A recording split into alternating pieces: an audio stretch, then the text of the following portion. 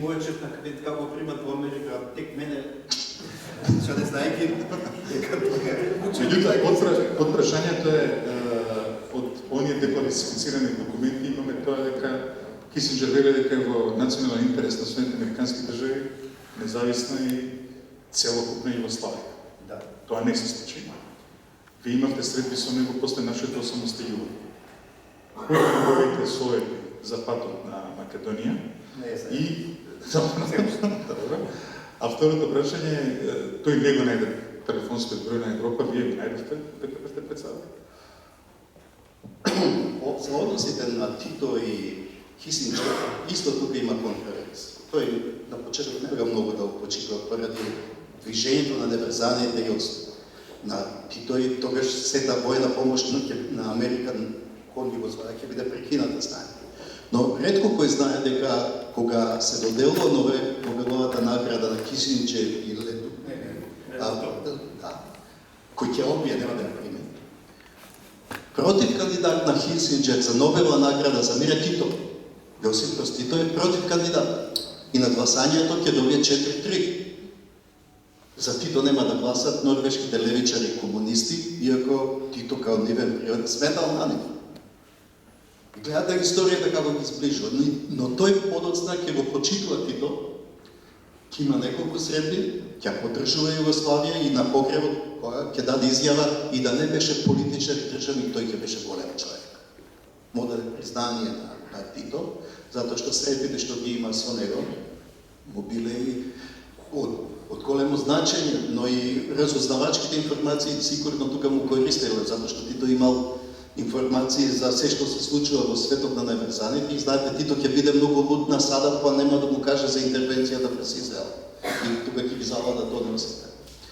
Кисинџер ќе има многу негативен однос кон Европска унија, смајтајќи дека она го напушта концептот што е основа за нејзиното постоење, мировен проект.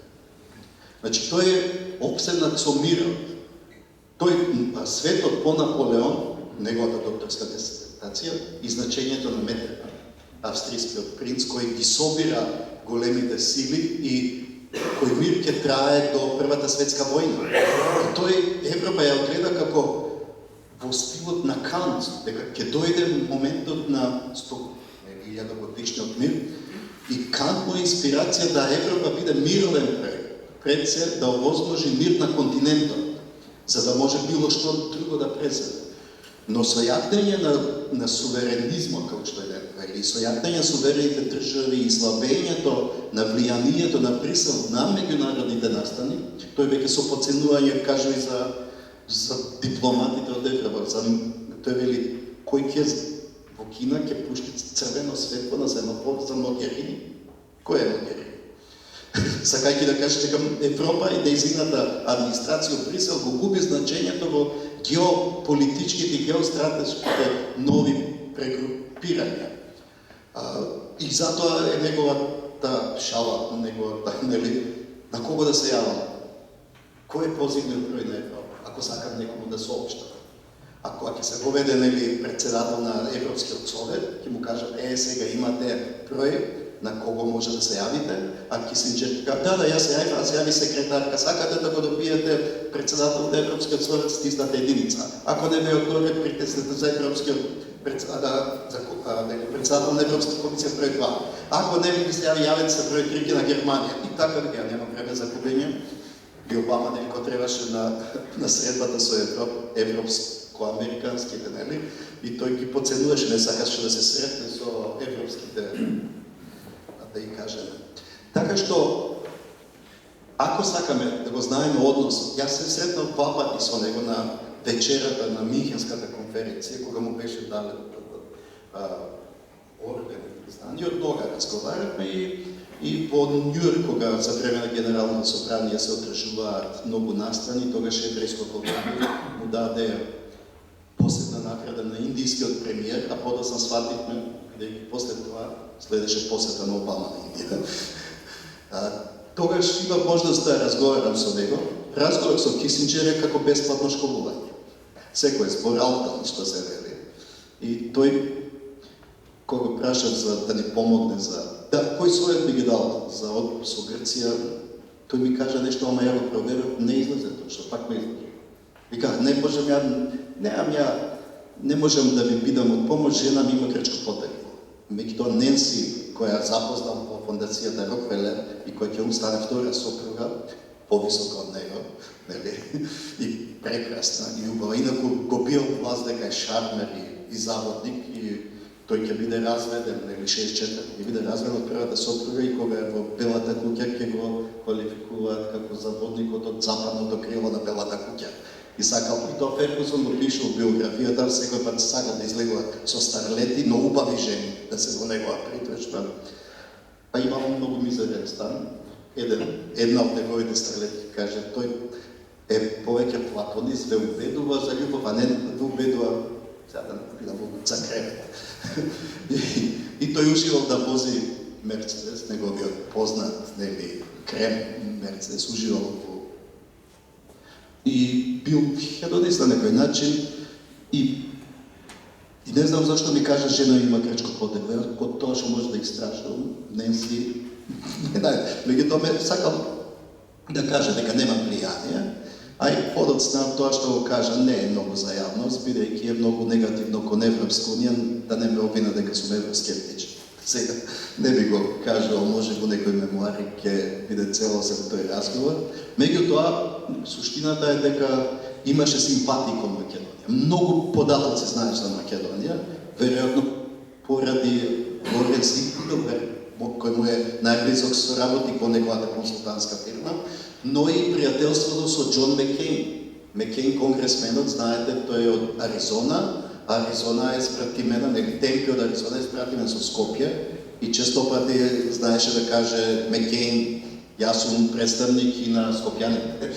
И средбите што ги имавме, знае амбасадор Тјолевски, кога го посетивме во Конгресот, и тој не покани, присуствував на неговиот Седона форум, тој е во Аризона, многу познат, каде бевме на панел, замислете, јас, Џон Маккейн и Џо Бајден. Дека може да фотографите се оби. А модератор беше на Atlantic Council, младиот. Да, и тој беше кај мене гост во кабинет и дојде. И подоцна бевме, знаем, на приватниот имот на Маккейн, и имавме можност да разговараме тогаш за НАТО, бидејќи беше актуелно НАТО и тој беше убеден.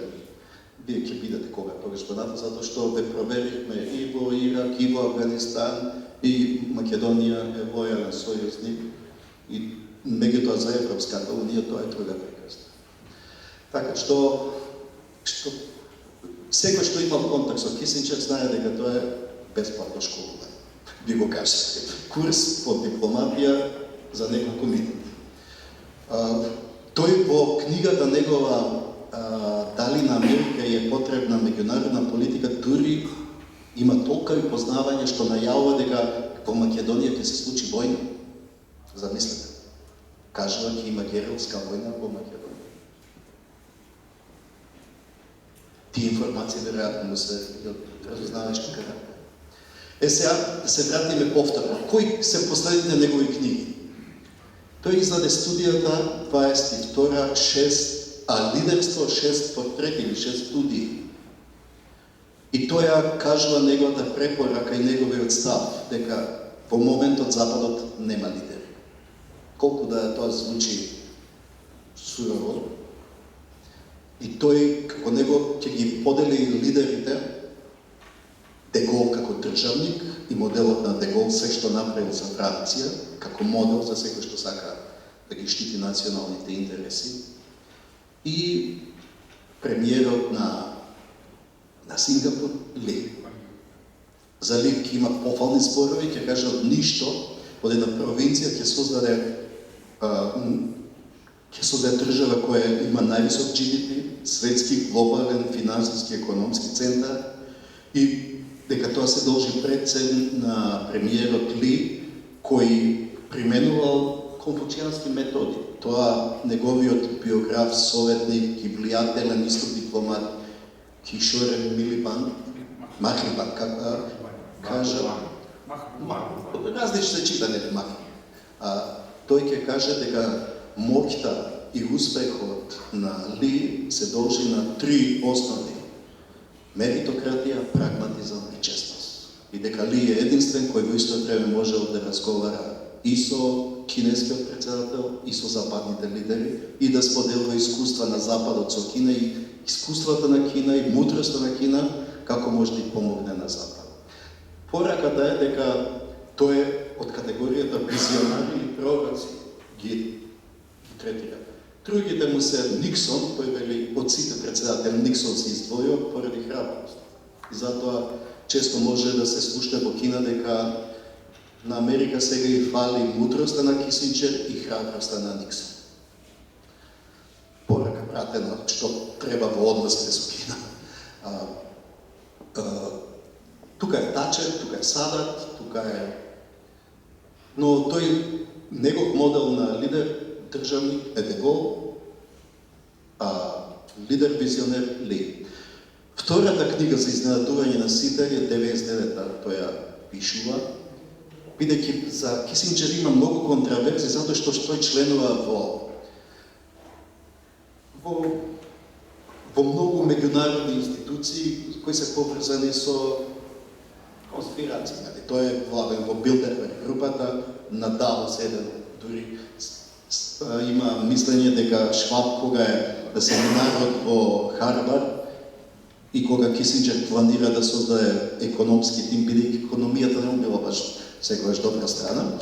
И тука ќе биде Шваб и Шваб ќе го организира Давос на иницијатива во суштина на Кисинџер и Кисинџер ќе биде главен учесник на сите самити на Давос.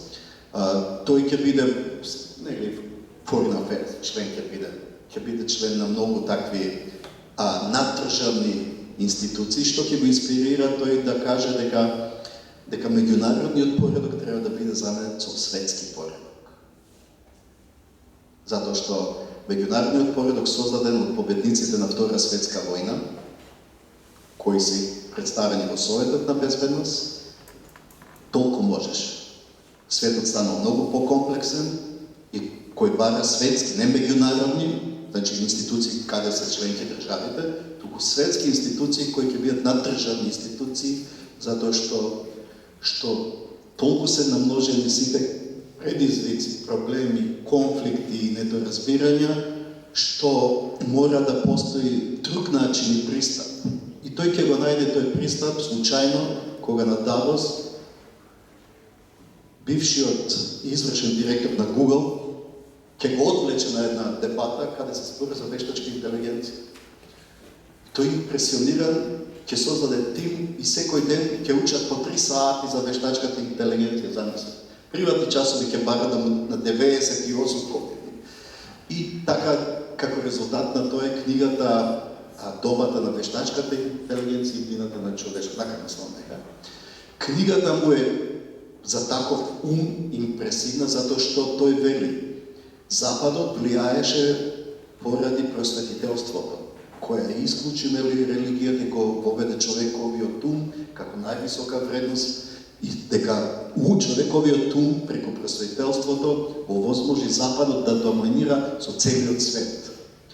Но со појавата на вештачката интелигенција завршува моќта на просветителството, односно човековиот ум не е фактор.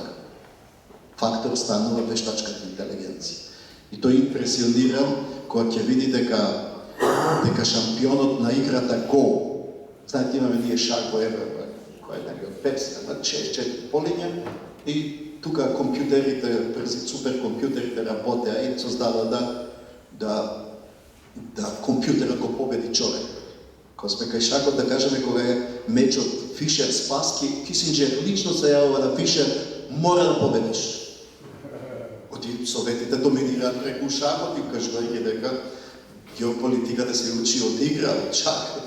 Тој лично кој значење му дава на шахот Кисинџер. Но кога ќе види дека шампионот во Го, а Го е азијска игра од 360 полиња, замислете. Кога секој од играчите има по 180 топчиња. И сега вие замислите каква е таа игра со 360 полиња и 180 топчиња на една страна, 180 на друга. И дека таа игра е во суштина основата на политиката, геополитиката, стратегијата на Кина. И ако може компјутера, вештачката интелигенција на Google, ќе го победи шампионот во гол.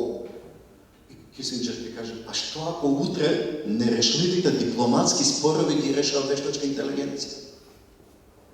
Затоа што сите шампиони кога присуствувале на мечот на вештачка интелигенција со гол велат, па чекај, ние во историјата на играта досега такви потези никој не се сетил да преземе.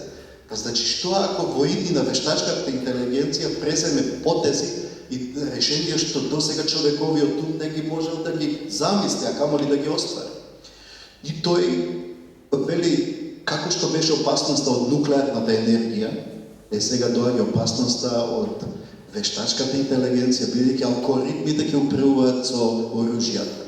Што се покаже во војната Украина. Троновите, нели, вештачка интелигенција на некој начин ги контролира. И замислете човек од 98 години толку длабоко навлегува, кој има можност нека прочита книга да ќе биде инспириран за многу нешта што не очекуваат. И секој негово дело е на некој начин и визија и предскажување. Кој за визијата да кажеме кога пред 50 години британскиот премиер ќе го праша Кисинџер како ќе изгледа 21 век, ќе биде многу брутален. Но среќен сум што нема да бидам сведок на најголем дел од тој век. Се излажа. 23 години живееше 21 век.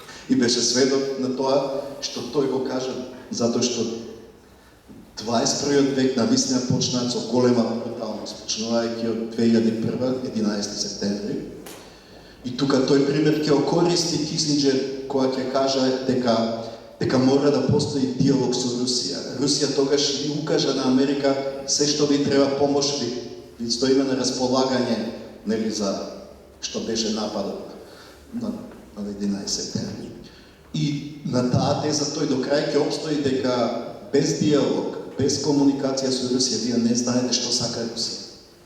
Мора со Русија да постојано да има отворен диалог, да постои комуникација, а не како што е сега замрзнување на односите, затоа што вие едноставно не знаете што другата страна би презела во клучни моменти кога се нарушува тој геополитички триаголник и кој се креира многу покомплексен свет. И на Кисинџер советот е, знаејќи политиката на Русија, вие ќе знаете зашто постои таков однос меѓу Русија и Кина и што е суштината на БРИКС. Затоа што некој велат, па Советскиот сојуз не умре, има друго име, се вика БРИКС. А БРИКС е не е организација, не е сојуз, не е алијанса, БРИКС е процес. Процес кој сега гледате со влијание во Јужна Америка, со Аргентина, се сака да се блокира. Но повторно доаѓаме Кисинџер, иако бил реалист кој признава само гола сила, кој бил, некој ќе кажат, неморален, а тој ќе каже не. Кога е прашање национален интерес важи на челото на Макијавели, кој е држава прашање, нема морал, али во тој момент. Кога се носи одлука, ако морализирате, вие сте во старт губитник. И моралот од тој аспект во политиката, кога се носат одлуки од екзистенцијален карактер, треба да се исклучи. И затоа ќе го третираат дека е неморален, меѓутоа тој ќе има своје објаснување, но тоа влегува во една длабока филозофија, за која да осознаете треба како и Кисинџер длабоко да го проучите Макијавели. Не само владетел, туку и 10 книги на Затикливи, каде е суштината на ставовите на Макијавели во однос на политиката или за некој првиот автор што е разголил политиката и првиот креатор на политичката порнографија. Einen Applaus für unser Präsident.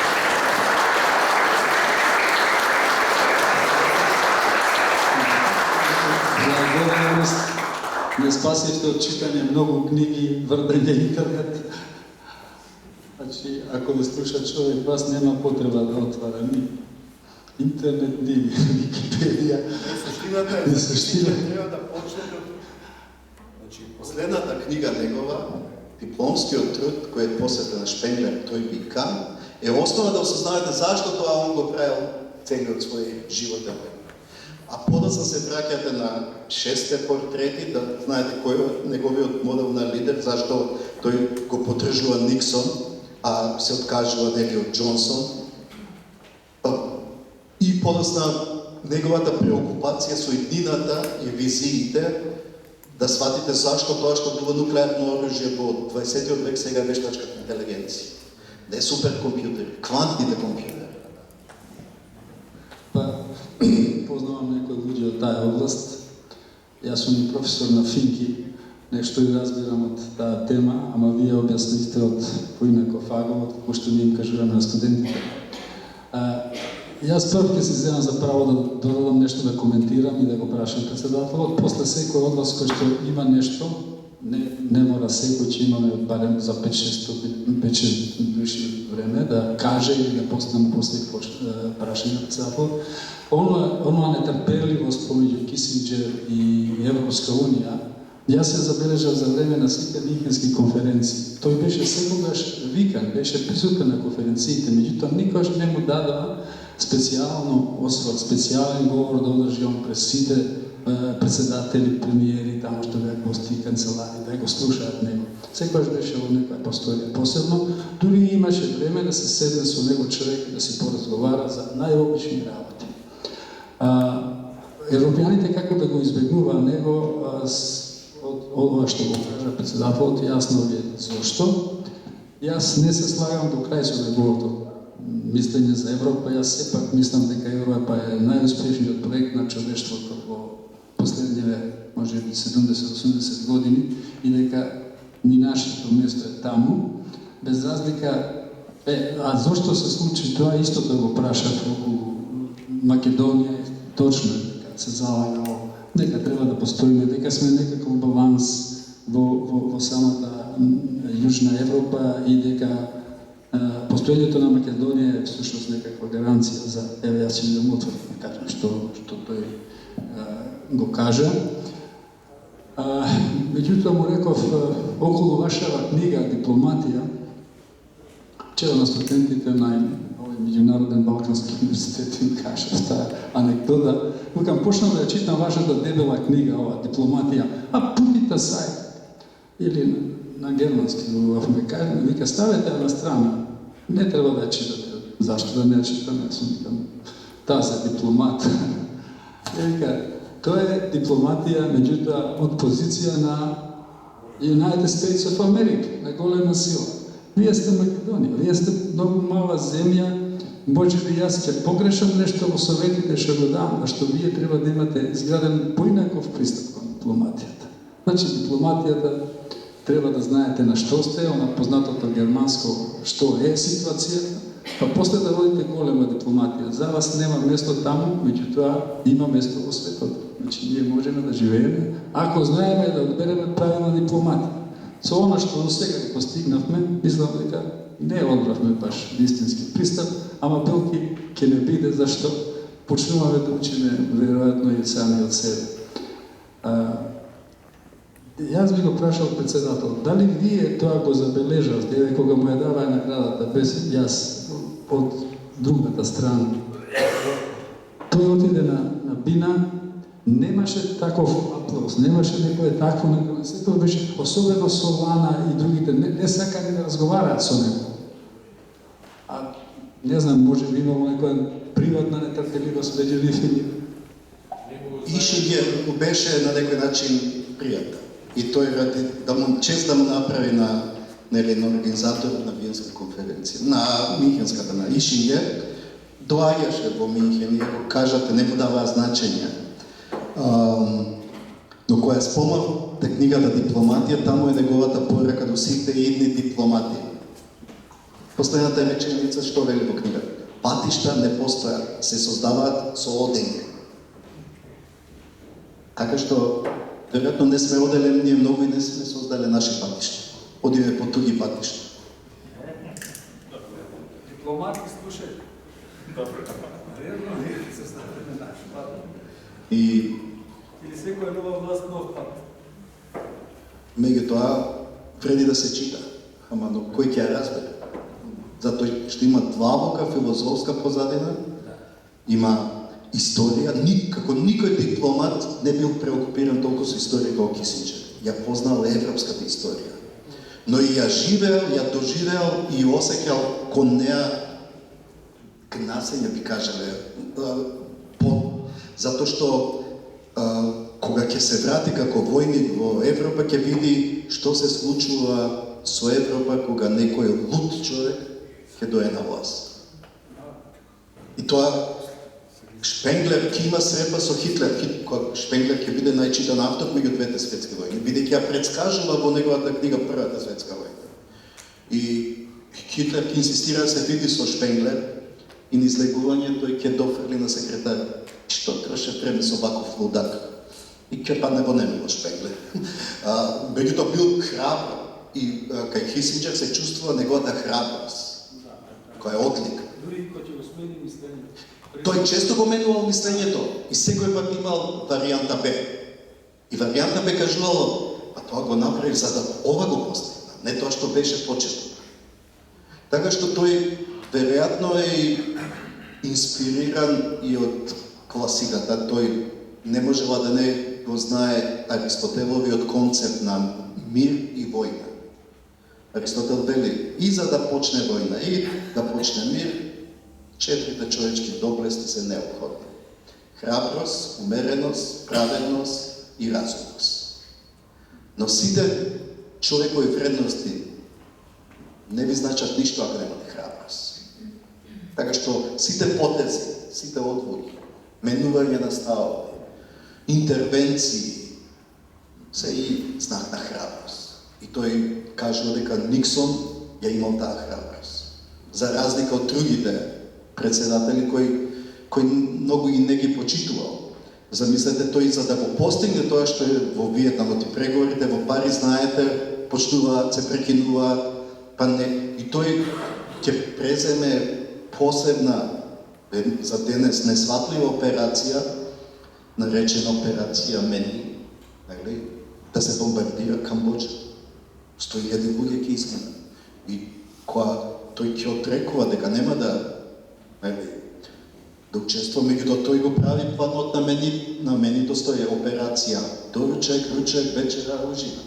Тоа се базите на Виетконг во Камбоџа и тој смета дека со уништување на базите на Виетнам во Камбоџа ќе биде присилен Виетнам, Северен Виетнам да седна и да преговара.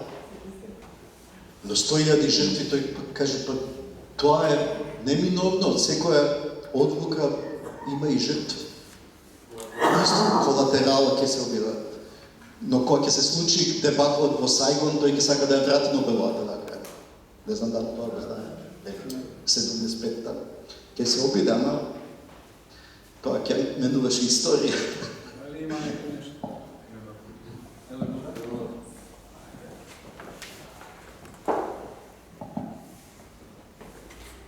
Благодаря.